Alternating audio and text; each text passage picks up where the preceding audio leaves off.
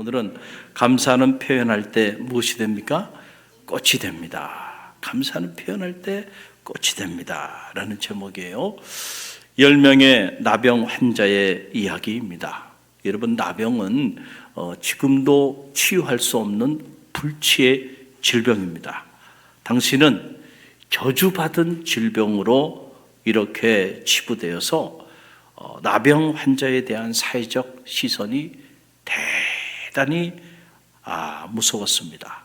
그래서 나병에 걸리게 되면 아무도 그 사람을 치료하기 위해서 그 사람을 돌보거나 애쓰는 그런 삶의 모습은 우리가 찾아보기 어렵고요. 나병에 걸리는 순간 그냥 철저히 격리시켜서 죽게 만들었다라고 하는 거예요. 혹시라도 그 나병에 걸린 사람이 사람들의 눈에 띄게 되면 돌을 던져서 그 사람을 쳐 죽여도요, 누구도 뭐라 그러지 않는, 여러분, 이런 사회적인 관습 속에 던져진 그런 삶의 자리에 있었던 사람들의 이야기입니다. 그러니까 나병에 걸리는 순간 이상은 끝나는 거야. 나병에 걸리는 순간 이건 죽고 싶어도 죽지 못하고 죽는 것보다 더 고통스러운 좌절과 절망과 고통의 삶의 자리에 던져져 버리고 마는 거예요. 오늘 성경에 등장하는 이 10명의 사람들은 바로 이러한 삶의 자리 가운데 던져져 있었던 사람들이었다라고 하는 거예요. 자, 그런 상황에 처해 있는 그들이 이제 마치 물에 빠진 사람이 지푸라기라도 잡는 그런 심정으로 주님이 그들 앞에 지나가시는 것을 보시고는, 그러고는 멀리 서서, 가까이 가지도 못하고 멀리 서서 예수 선생이여 우리를 긍휼히 여겨달라고 그렇게 소리쳐 간청을 합니다. 성경은 이렇게 좀 어떻게 보면 고상하게 기록을 하고 있어요. 그러나 당시 상황을 보게 되면 그냥 이렇게만 불쌍히 여겨달라고, 우리를 살려달라고 그렇게 얘기했을까요? 아니죠. 그냥 목숨을 다해서 목숨껏 아마 발악을 하듯이 그렇게 소리를 지르면서 예수 선생이야,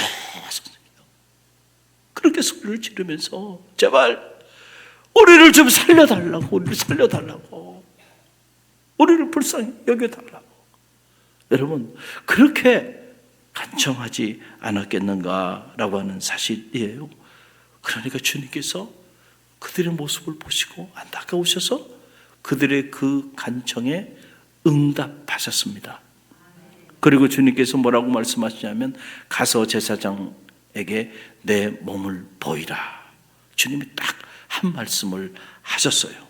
그러니까 놀라운 사실은요, 그들이 그 주님의 말씀을 듣고는 주님 말씀대로 제사장에게 나아가게 됩니다. 저는 이 대목을 이렇게 읽으면서 제 안에 드는 생각이, 야, 참 놀랍구나 이런 생각을 하게 돼요. 왜 놀라울까요?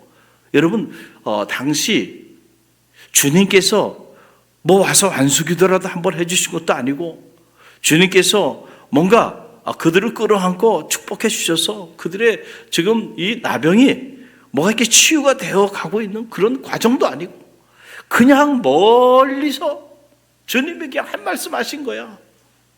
가서 제사장에게 너희들의 몸을 보여라, 이렇게 한 말씀 하신 거예요, 그냥.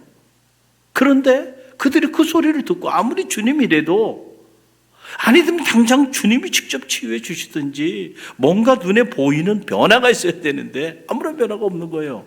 그냥 멀리서 그냥 말씀만 한마디 하는 거예요. 알았어, 제사장에게 가서 너희 몸을 보여. 여러분 같으면 그 한마디 듣고 그냥 제사장에게 달려가겠어요? 아직 몸은 나병으로 인해서 온몸이 썩어 들어가고 있는 상황이에요. 사람들의 눈에 보이면 돌에 맞아 죽을 수밖에 없는 상황입니다. 그러니까 그들이 제사장에게 지금 그 나병을 앓고 있는 그 상황에서 제사장에게 주님이 가라 그랬다고 그냥 가는 거는 어떻게 보면 그 쉬운 일이 아니에요. 쉬운 일이 아니라니까. 그런데 놀랍게도 주님이 말씀하신 그대로 그들은 제사장에게 갑니다. 왜냐하면 당시 제사장이 나병에 유물을 팬다라는 권한이 제사장에 있었거든요. 근데 제사장에게 달려가는 거는 내 몸이 깨끗함을 확인하고, 그렇죠?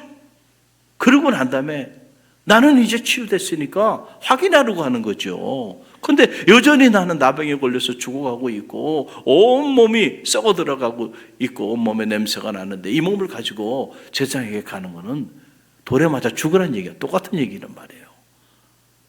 그런데 갔다는 거예요. 할렐루야. 저는 여기서 감동이 밀려오고 하나님의 역사는 이렇게 시작되는 거구나 라고 하는 것을 다시 한번 깨닫게 돼요.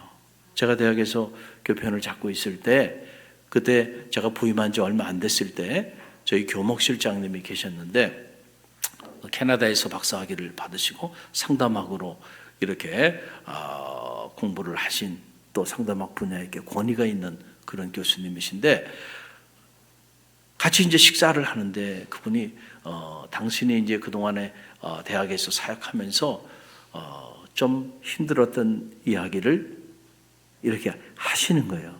근데 지금도 제가 잊혀지지 않는 이야기 중에 하나가 뭐냐면은, 교수님들이 아무리 당신이 말을 해도요 듣지를 않는데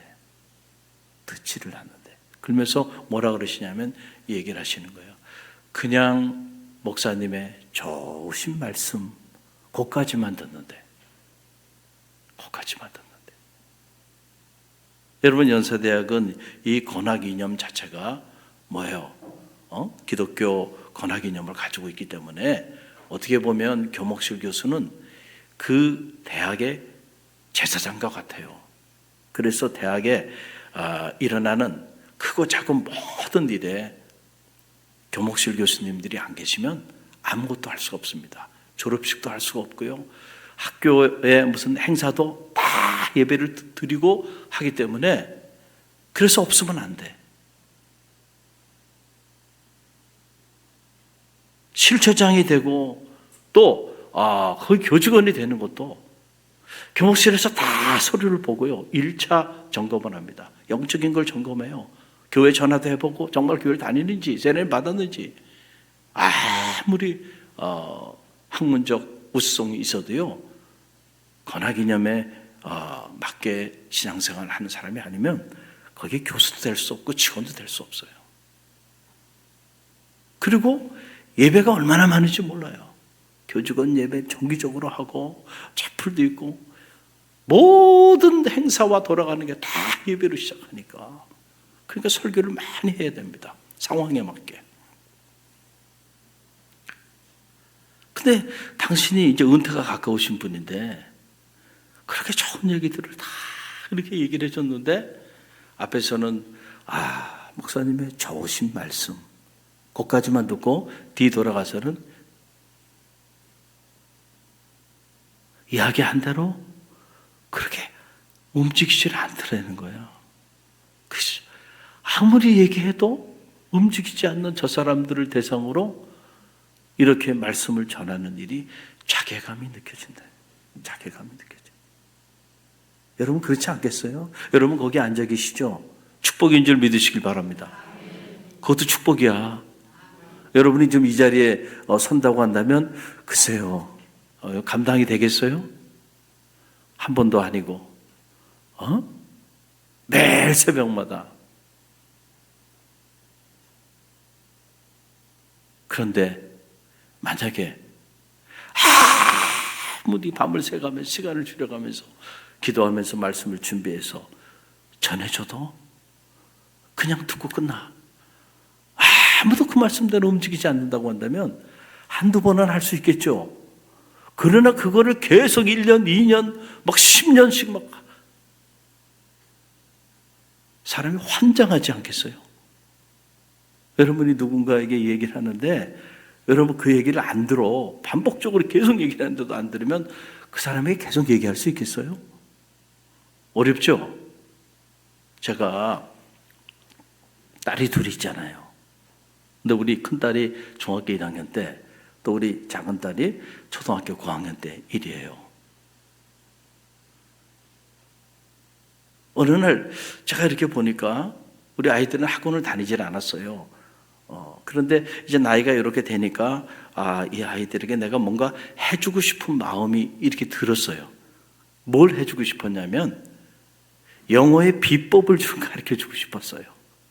왜냐하면 저는 제가 대학생으로 있을 때 이미 저희 동기 대학생들에게 영어를 가르쳤거든요. 영어를 가르쳐줬어요. 그리고 유학을 준비하면서 토플도 공부하고 영어에 대한 영어는 저 나름대로 목숨을 걸고 공부를 했어요. 그리고 10년 동안 영어로 책을 읽고 영어로 말을 하고 영어로 논문을 쓰고 유학생활을 하고 왔어요. 그러면 제가 아무리 어리석고 부족해더라도 저 나름대로 터득한 영어의 비법이 있겠어요, 없겠어요? 여러분 그것도 인정하고 싶지 않아요? 아니 어떻게 없겠냐 말이에요. 저 나름대로 터득한 비법이 있습니다. 비법이 있어요. 그러니 이제 아이가 이제 중학교 올라가고 초등학생 이제 이렇게 5학년 올라가는데 나는 수년 동안 내가 이렇게 시행착오 저렇게 시행착오 해가면서 어느 날 갑자기 터득한 그 영어의 비법이 있습니다. 그리고 그거를 종이로 해가지고 딱 그 비법을 제가 독일어도 마찬가지고 영어도 마찬가지고 불어도 마찬가지고 다 그렇게 저 나름대로 딱 공식을 적어놓은 비법이 있어요. 제가 딱 1시간만 가르쳐주면 내가 수년 동안 헤맸던 시간을 얘는 딱 세이브하고 바로 그냥 들어갈 수 있을 것 같아. 몇 시간이요? 1시간 몇 시간 내주면 좋을 것 같아. 그래가지고 얘기를 하는데 들어요 안 들어요? 이야 참 안 듣더라고요. 끝까지 안 들어서 제가 몇 번 얘기했어요. 아빠한테 1시간만 줘봐. 1시간만. 그럼 너는 앞으로 영어 걱정 하지 않고 그리고 영어 재밌게 너 즐기며 할 수 있어. 근데요 결국 끝까지 1시간을 안 주더라고요. 그냥 아빠는 아빠일 뿐이야. 옛날에 우리 손정석 장로님도 한번 이 비슷한 이야기를 한번 하시더라고요. 그래서 제가 이렇게 공감이 됐어요. 안 들어. 그래서 결국은 제가 못 가르쳤습니다. 환장하죠. 진짜 환장해요. 좋은 것이 있어. 근데 이 좋은 것을 좀 주고 싶어. 그래서 자 그러면 어떻게 해요? 말을 들어야지. 근데 말을 안 들어. 안 들어. 야, 여러분 안 들으면요 아무리 좋은 게 있어도요 아무 소용이 없는 거예요. 할렐루야. 그럴 때 참 하나님의 마음은 환장하는 거예요. 환장하는 거예요. 저는 우리 갈릴리교회 성도들이 듣게 되는 성도들이 되시길 바랍니다. 청정하라 그러잖아요. 그러면 내가 들어가도 복을 받고 나가도 복을 받고 내 떡반죽 구르기 복을 받고 내가 가축이 복을 받고 모든 민족에 뛰어난 민족이 되고 머리가 될지언정 꼬리가 되지 않고 나눠줄 구워줄지언정 구임받지 않게 된다 그랬잖아요. 그 전제는 뭐예요? 여호와의 말씀을 듣고 청정하면 청정한다는 게 뭐예요? 그 말씀 듣고 그 말씀대로 지켜 행하면 신명기의 축복을 주신다는 거예요. 근데 오늘 우리가 신명기의 축복을 누리는 사람이 있고 누리지 못하는 사람이 있는데 그건 이유는 다른 게 아니에요. 하나님의 말씀이 거짓이기 때문이 아니고 오늘 우리가 그 말씀을 정말 듣고 그 말씀대로 움직이느냐 움직이지 않느냐의 차이일 뿐입니다. 실제로는 안 움직인다니까. 근데 내가 움직이는 것처럼 착각할 때도 있어요. 그러나 실제로 점검해 보면 아니야 안 움직이고 있다니까. 내 말씀대로 안 살고 있다니까요. 그런데 오늘 놀라운 사실은요 10명의 나병 환자, 이 10명의 나병 환자 그들은 주님이 그냥 한 말씀 한 거예요. 제사장에 가서 몸을 보여. 그러니까 어디서부터 온 믿음인지 모르는데 그들이 움직였습니다. 그리고는 제사장에게로 나아가게 되었다라고 하는 사실이에요. 그래서 제사장에게 나아가다가 보니까 어떻게 해요? 질병이 취함을 받게 된 거예요. 나아가는 중에, 움직이는 중에 역사가 나타나는 거예요. 여러분, 전도하는 중에 역사가 나타나는 거예요. 전도하다가 질병도 취함을 받고요. 전도하다가 마음의 소원도 응답을 받고요. 전도하다가 주님의 마음도 깨닫게 되고요. 전도하다가 성령의 은혜도 받게 되는 거예요. 우리가 생명을 살리는 그 일을 할 때에 하나님이 그런 사람들을 축복하는 거예요. 움직이지 않고 가만히 있으면 말씀의 역사가 나타나지 않아요. 하늘의 별과 같이 빛나리라 그랬잖아요. 여러분, 복음을 전하는 사람들의 발걸음을 주님이 축복하지 않겠어요? 그 인생을 축복하지 않겠어요? 그 가정을 축복하지 않겠냐고, 그 교회를 축복하지 않겠냐고. 여러분, 움직일 때 역사가 나타나. 구슬이 소말이라도 깨어야 법이다 그랬잖아요. 오늘 함께 읽은 이 본문의 말씀은요, 자, 그들이 이렇게 주님의 말씀을 듣고 그리고 그 한 말씀을 듣자마자 제사장에게 나가다가 취함을 받고 난 다음에 일어난 이야기입니다. 자, 그런데 어떻게 된 건지, 화장실 갈 때하고 나올 때가 다르다고. 아니, 지금 죽을 병에 걸려가지고 그렇게 있었는데 취함을 받고 나니까, 야, 이게 또 달라지네요. 여러분, 그 내용이 15절로 16절에 이렇게 나오는데, 15절 16절 함께 읽어봅니다. 그 중에 한 사람이 자기가 낳은 것을 보고 큰 소리로 하나님께 영광을 돌리며 돌아와 예수의 발 아래 엎드려 감사하니 그는 사마리아 사람이라. 아멘. 지금 10사람이 다 취함을 받았어요. 그런데 주님께 돌아온 사람은 딱 한 사람만 돌아왔어요. 그러니까는 주님께서 뭐라고 말씀하세요? 9은 어디 있느냐? 10명이 다 깨끗함을 받지 않았느냐? 주님은 알고 계세요. 그런데 너만 왔니? 9은 어디 갔어? 이 말 속에 주님이 마음에 좀 섭섭한 마음도 있고, 또 주님께서 10명이 다 깨끗함을 받았으니까 당연히 이 10명이 주님께 와서 감사하다고 말할 줄 알았을 거예요. 그 기대, expectation도 있었을 거예요. 그런데 왜 너만 왔어? 9은 어디 갔어? 이 얘기거든요, 지금. 이 얘기에 주님의 기대와 주님의 섭섭함이 묻어있는 그런 장면입니다. 그리고는 주님께서 너 하나라도 내게 왔으니, 그리고는 그를 축복해 주시는데, 그 사마리아인을 축복하는데 19절에 보니까 어떻게 축복해요? 함께 읽어봅니다. 그에게 이르시되 일어나 가라, 내 믿음이 너를 구원하였느니라. 아멘. 감사가 꽃이 되는 장면입니다. 여러분, 육체의 질병이 치유되는 것은 사실은 적은 거예요. 왜냐하면 여러분 보세요. 아무리 우리가 지금 건강하다 할지라도요, 우리는 다 무너지게 돼 있습니다. 한 줌 재로 다 돌아가는 인생이에요. 그러면 주님께서 왜 우리 육체의 질병을 치유하여 주시는 이 치유의 역사를 행하시고 치유의 기적을 행하여 주셨을까요?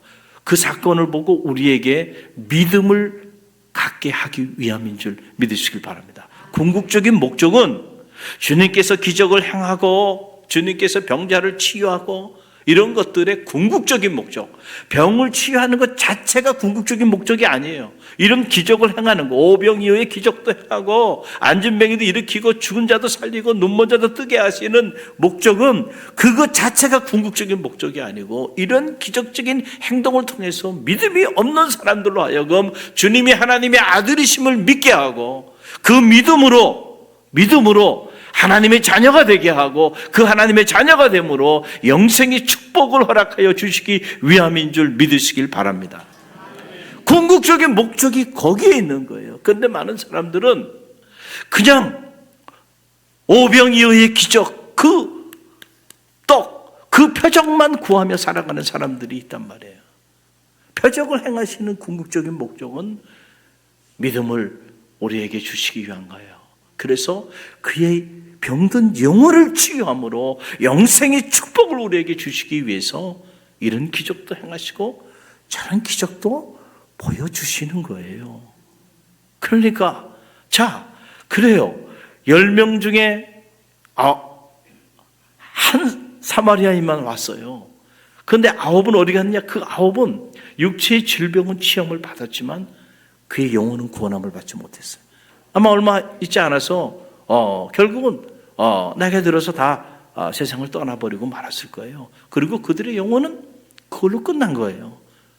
그러나 이 사마리아는 비록 이방인이었지만은 주님께 나와서 육체의 질병을 치유해 주신 것에 감사하니까 더 큰 축복을 허락하여 주시죠. 내 믿음이 너를 구원하였느니라. 그의 영혼의 질병을 치유하여 주심으로 영생의 축복을 허락하여 주시고 주님의 자녀가 되는 권세를 그에게 허락하여 주는 이런 역사가 나타나는, 여러분 감사에 인색하지 마시길 바랍니다. 가장 어리석은 사람이요, 감사하는 일에 인색하는 사람들이요, 감사하는 그 일에는요 조금 통이 크게 되기를 간절히 바랍니다. 그럴 때 하나님의 축복도 여러분에게 크게 임하는 거예요. 어떻게 하나님 앞에 감사하는데 왜 이렇게 인색하냐면, 사람에게든 하나님에게든 감사만큼은 인색하지 마세요. 할렐루야. 그럴 때 여러분에게 임하는 축복의 문이 놀랍게 자리하고 있다는 거예요. 여러분, 저는 이 대목을 이렇게 묵상하면서 제 안에 드는 생각 중에 하나인 거예요. 자, 그러면 이 9은 주님에 대해서 정말 감사하지 않았을까? 저는 감사하는 마음이 있었을 거라고 생각합니다. 아니, 죽을 병을 지금 치유해 줬는데 사람이 아무리 모진 사람이라도 자기 죽을 병을 치유해 줬는데 그 순간은 감사했을 거예요. 그런데 병이 치유되고 나니까 감사에 초점을 맞추지 않고 다른 것에 초점을 맞추기 시작하면서 그걸 향해서 나아간 거예요. 그러나 사마리아인은 죽은 수밖에 없는 질병을 치유해 줬는데 너무너무 감사하니까 그냥 이것저것 따지지 않고 자기 질병을 치유해 주신 그 주님께로 달려온 겁니다.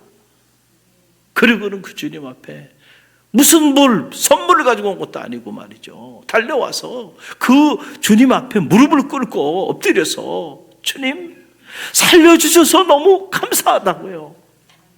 그렇게 고백한 겁니다. 할렐루야. 여러분, 이 표현이 중요해요. 여러분, 말 한마디에 천냥빚 갚는다 그랬죠. 여러분이 그 말 한마디를 어떻게 하냐 천냥빚을 갚을 수 있어. 그런데 천냥빚을 갚는 그 말이 어떤 말일까요? 저는 감사의 말이라고 생각합니다. 할렐루야. 천냥빚을 갚는 말, 그것은 감사의 말이라니까요. 여러분이 감사의 말을 해보세요. 정말 천냥빚을 갚게 될 줄로 믿습니다. 말 한마디라도 어떻게 표현하느냐가 이렇게 중요해요. 지난주 오후에 우리 이 자리에서 김소영 예술감독님 모시고 작은 콘서트를 했잖아요.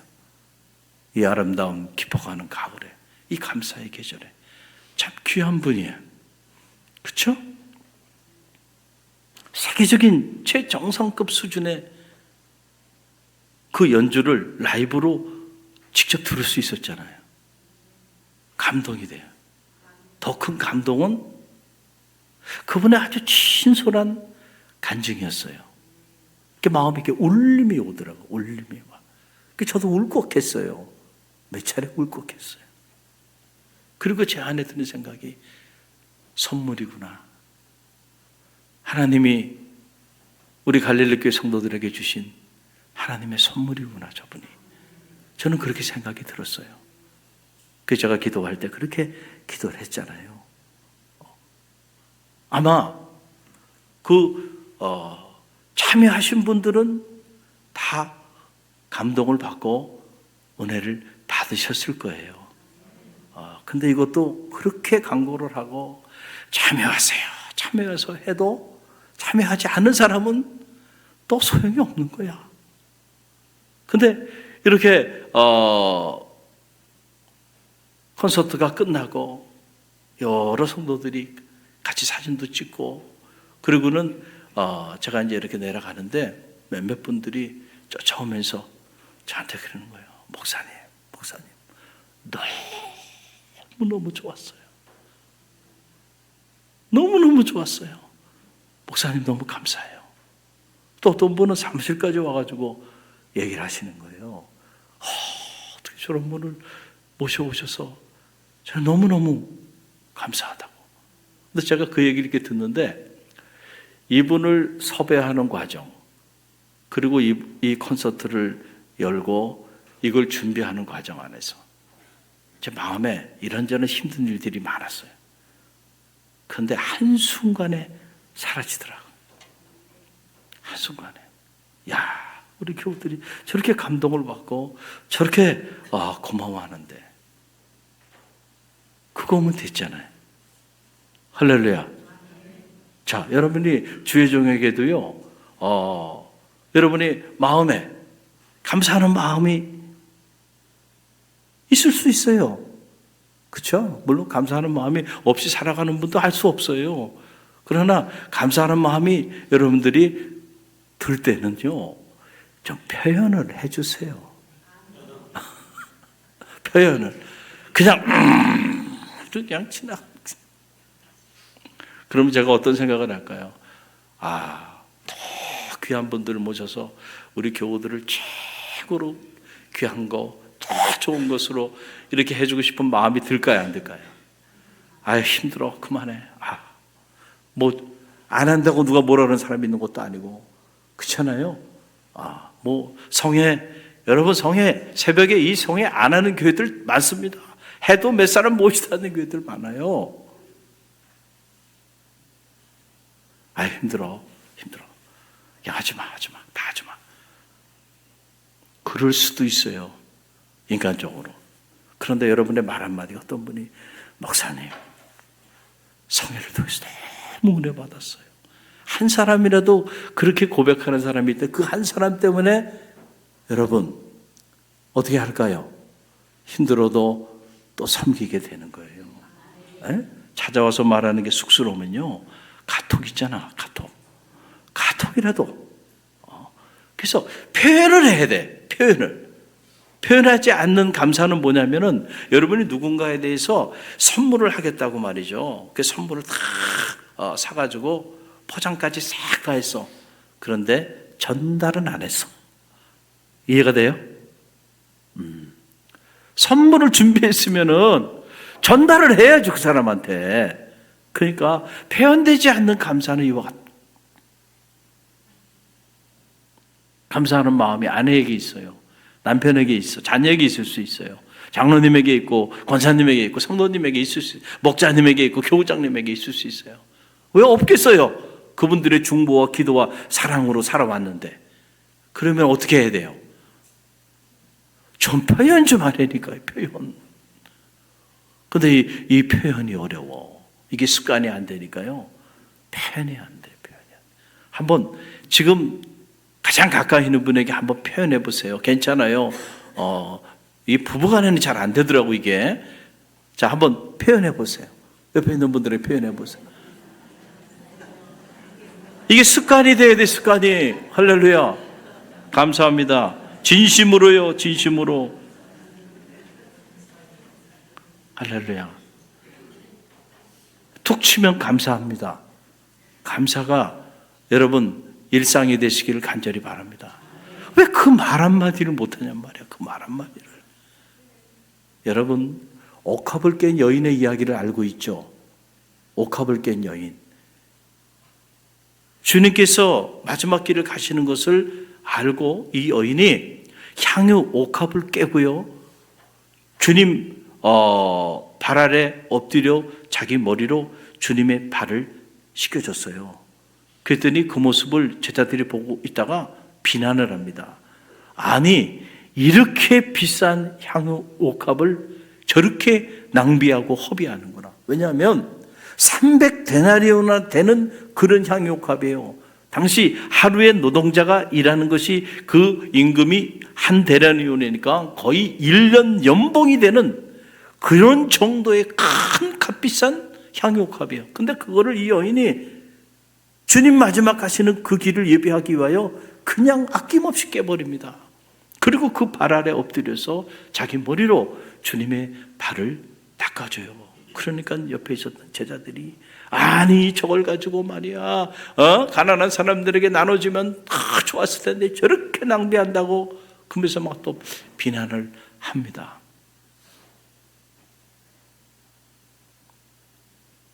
여러분, 주님께 이 여인은 주님께 받은 은혜가 있어. 주님께 받은 사랑이 있어. 향유 옥합 이거 나에게는 아무것도 아니야. 나는 주님을 위해서 대신 죽으라면 죽을 수도 있어. 내가 받은 주님께 받은 은혜가 있어. 그분께 받은 사랑이 있어. 할렐루야. 정말로 주님의 은혜가 생각나고 주님께 받은 사랑이 사무쳐지면요, 향의 옥합 정도가 아니라니까요. 옥합을 깨지 않을 수가 없어. 주님 마지막 가는 그 길을. 그럼 제자들은 왜 그 모습을 보고 비난했겠어요? 주님에 대한 사랑도 없고 주님에 대한 은혜도 없어. 그러니까 그냥 아까운 거예요. 그게요. 여러분, 정말로 여러분이 누군가에 대한 은혜와 사랑이 채워지면요, 여러분이 가지고 있는 옥합을 깨게 돼 있습니다. 안 깬다고요? 깹니다. 사랑하니까 자녀를 위해서도 옥합을 깨요, 안 깨요? 깨잖아요. 왜 깨요?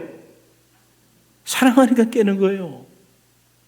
여러분이 정말로 존경하고 정말로 여러분이 받은 은혜가 사무치는 그런 분이 있다면 여러분 그분에 대해서 여러분 옥합을 깨게 돼 있어요. 할렐루야.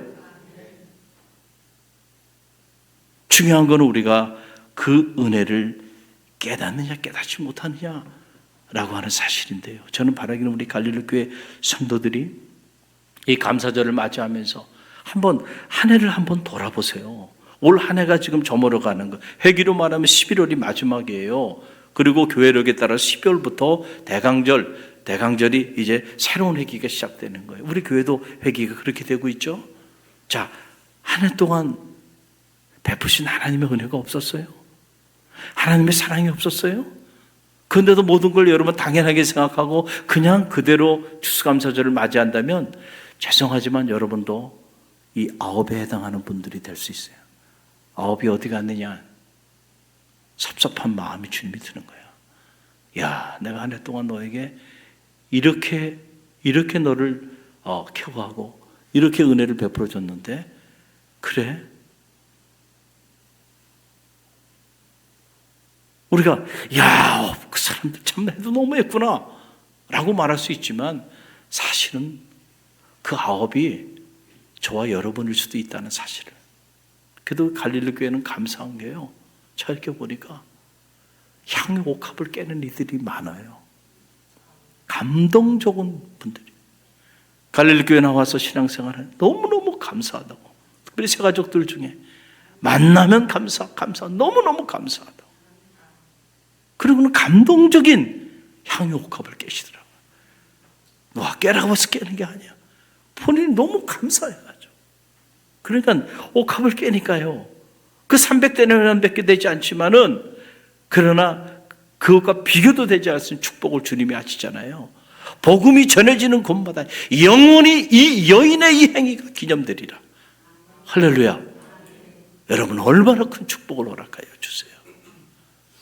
추수감사절을 앞두고 감사의 계절로 나가는데 저는 여러분의 삶에 하나님에 대하여 여러분과 함께 했던 가족들, 그리고 여러분을 위하여 중보하고 기도하고 또 여러분에게 이런저런 차원에서 도움을 줬던 이들에게 감사의 옥합을 깨는 그런 감사절이 되길 간절히 바랍니다. 그럴 때 더 큰 것으로 채워주는 놀라운 은혜가 여러분 가운데 나뉘어질 줄로 믿습니다.